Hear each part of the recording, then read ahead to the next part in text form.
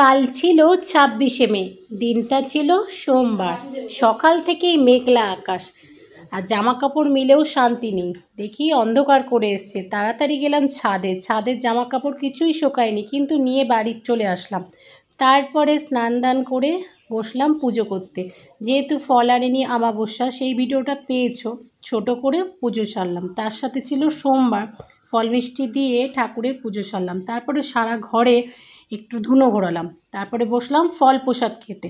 একটু ফল প্রসাদ খেয়ে নিয়ে দুপুরে লাঞ্চ টাঞ্চ করে সন্ধেবেলা বেরোলাম একটু মন্দিরের উদ্দেশ্যে। তার আগে ফুল মিষ্টি তো নিতেই হবে, আমাবস্যা। গেছিলাম বেহালা সিদ্ধেশ্বরী মন্দির, গিয়ে দেখলাম বিশাল লাইন, কারণ কাল স্পেশাল ডে বলে কথা। যাই হোক, অনেকক্ষণ লাইন দিয়ে মাকে পুজো দিলাম। তবে এইটুকুনি বলার, স্পেশাল দিনে না আসাই ভালো, খুব একটা ভালো পুজো হয় না। ছোট করে মায়ের দর্শন করে নিলাম, তারপর আবার গাড়ি চালিয়ে বাড়ি চলে আসলাম। যাই হোক, ভগবানের উদ্দেশ্যে রাত্রিবেলা আজকে আর বৃষ্টি